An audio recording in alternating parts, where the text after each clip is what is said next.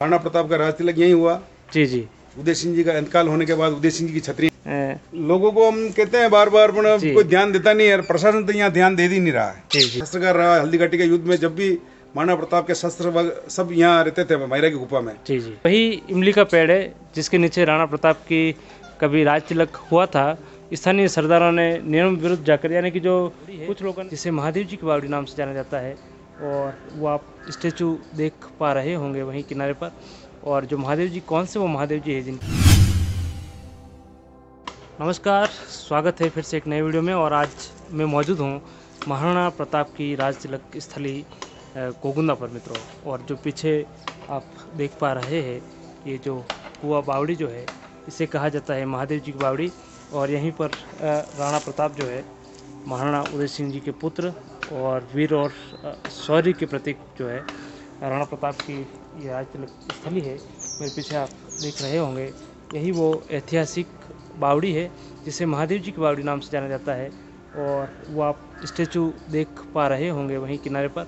और जो महादेव जी कौन से वो महादेव जी है जिनकी वो पूजा किया करते थे, और वो इमली का पेड़ जिसके बारे में इतिहास में लिखा गया है कि एक इमली के पेड़ के नीचे महादेव जी की बावड़ी जो है, वहाँ पर राणा प्रताप का राज तिलक हुआ। तो वो मैं आपको अभी इस वीडियो के माध्यम से दिखाने का प्रयास करूँगा मित्रों। और वीडियो में अंत तक आप बने रहे और चैनल को प्लीज़ सब्सक्राइब अवश्य कर ले, ताकि मुझे भी मोटिवेशन मिले और ये जानकारी जो है अधिक से अधिक लोगों तक पहुंच पाए।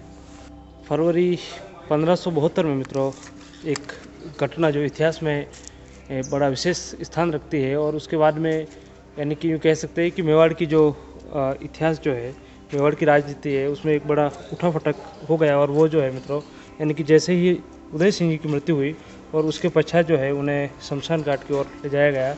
उस दौरान राजपूतों में एक परंपरा हुआ करती है मित्रों कि जो ज्येष्ठ पुत्र होता है उन्हें यानी कि राज सौंप दिया जाता है।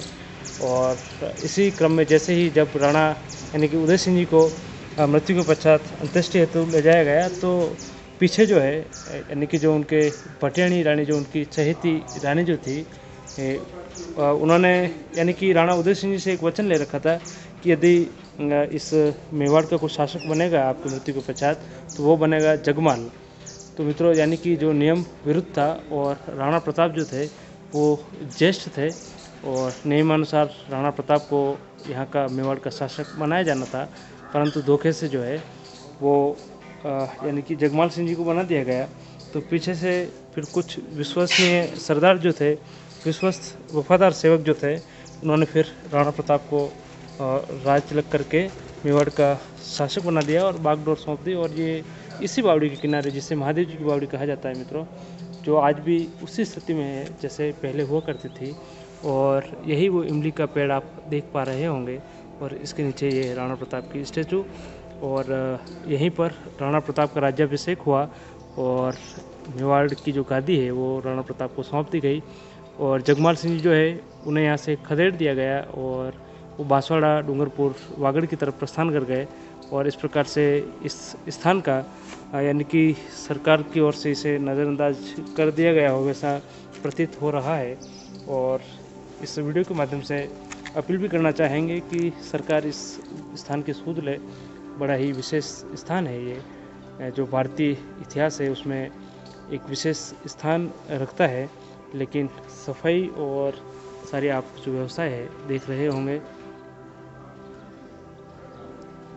मित्रों, ये जो है राज तिलक स्थली। और यहीं पर जो मंदिर आप देख पा रहे हैं, इसका इतिहास राणा प्रताप से भी प्राचीन बताया जा रहा है, ऐसा हमने सुना भी है। और यहाँ मौजूद जो है भाजी, इनसे भी हम परिचय करके इनसे जानने का प्रयास करेंगे।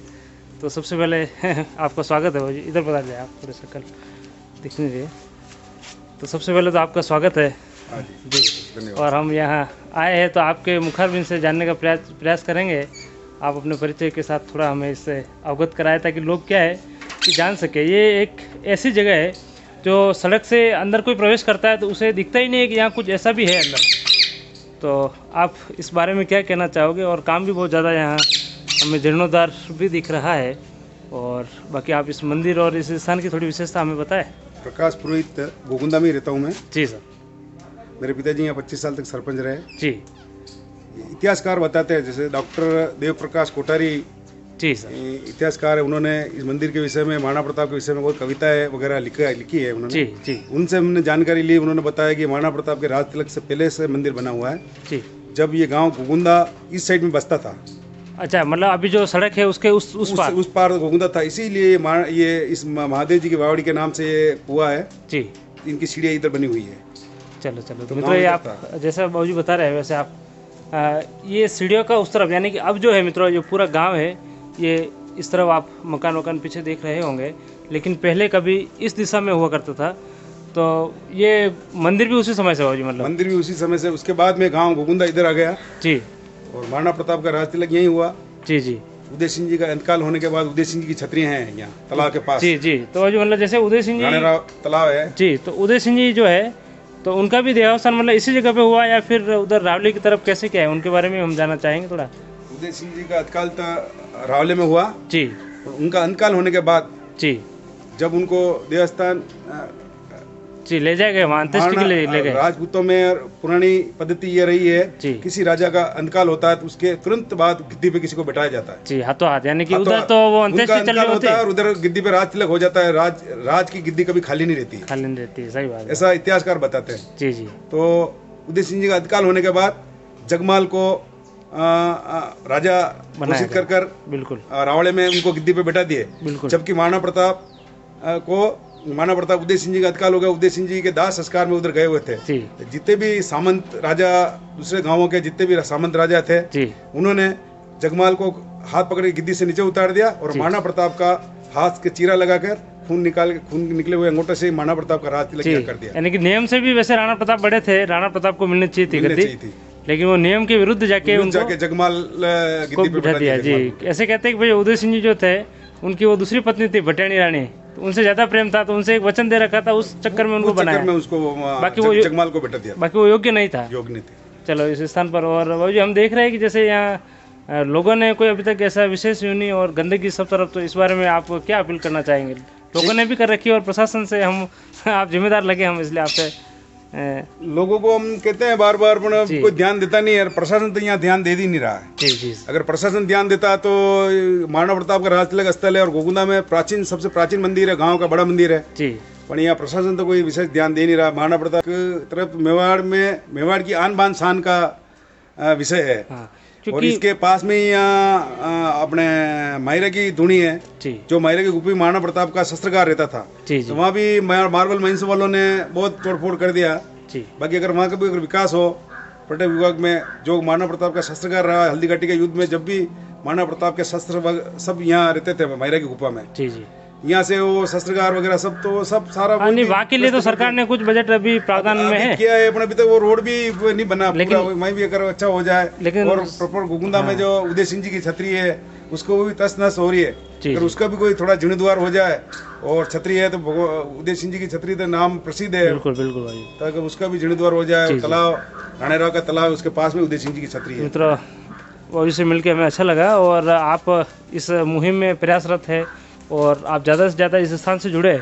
यदि आप उदयपुर से मारवाड़ की तरफ प्रस्थान कर रहे हैं, यानी कि नेशनल हाईवे 27 पर से अगर गुजर रहे हैं, तो आप रुक करके थोड़ी देर के लिए, यानी कि मात्र 500 या 600 मीटर की दूरी पर ये स्थान है मित्रों, आप एक बार अवश्य यहाँ तक विजिट करें। बड़ा ही रमणीक स्थल है, और ये वही इमली का पेड़ है जिसके नीचे राणा प्रताप की कभी राज तिलक हुआ था। स्थानीय सरदारों ने नियम विरुद्ध जाकर, यानी कि जो कुछ लोगों ने तो मिलकर जगमाल को बिठा दिया था गद्दी से, लेकिन गद्दी से वापस उतार करके राणा प्रताप को इसी जगह पर बिठा दिया, वापस राज तिलक किया उनका। और ये वही स्थान है मित्रों, ये जो मंदिर आप देख पा रहे हैं, इसमें बैठकर कभी राणा प्रताप सेवा पूजा किया करते थे, और ये महादेव जी की बावड़ी इस स्थान को कहा जाता है। और आप एक बार अवश्य यहाँ तक अपनी पहुँच जो है सुनिश्चित करें। बड़ा ही विशेष स्थान है मित्रों, भारतीय इतिहास में अपना महत्वपूर्ण स्थान ये रखता है। तो आप सभी से अपील है कि एक बार आप आए और स्वच्छता का अवश्य ध्यान रखें। इसी के साथ में जय हिंद, जय भारत।